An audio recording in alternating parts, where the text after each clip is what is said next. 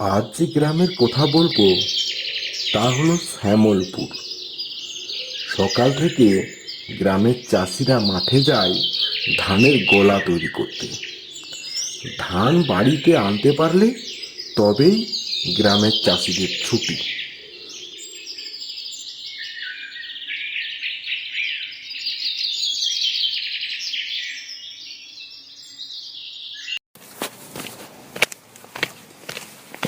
রতনও সকাল সকাল বেরিয়ে পড়েছে খেজুর গাছের রস সংগ্রহ করতে, খেজুরের রস বিক্রি করে কোটা টাকা পাওয়ার জন্য।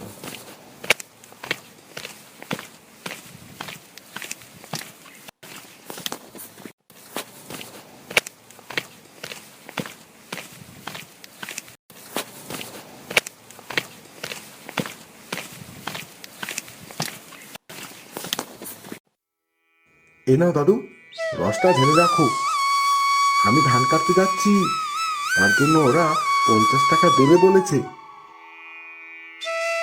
এই বাপ মামরা ছেলেটা দাদুর কাছেই মানুষ। যেখানে ওর খেলে বেড়ানোর সময় সেখানে ওকে সংসার চালানোর জন্য ধান কাটতে যেতে হচ্ছে। বয়সের কারণে দাদুর হাঁটুর ব্যথা বেড়েছে, তাই রতন দাদুকে আর কোনো কাজ করতে দেয় না।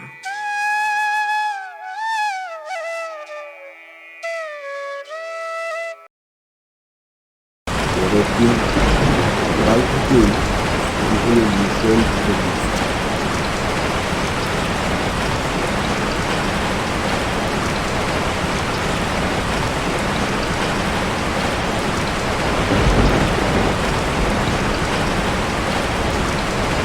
গ্রামের চাষিরা চিন্তা করতে লাগলো, এই প্রচন্ড বৃষ্টিতে ধান বোধ হয় আর ঘরে তোলা গেল না।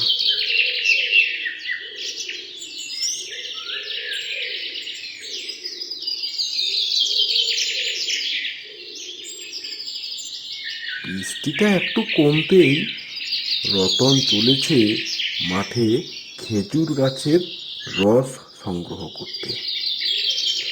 রতন খুব সাহসী ছেলে। রতন হাঁড়িটা কোমরে বেঁধে গাছে উঠতে যেতেই সে দেখতে পায় গাছের একটা ঝোপের মধ্যে একটা মৃতদেহ। রতন সেই মৃতদেহটার কাছে যেতেই লোকটাকে চিনতে পারে। লোকটা পাশের গ্রামের ধীরেন্দ্র। রতন চারিদিকে তাকাতেই কয়েকজন লোক সেখান থেকে যাচ্ছিল।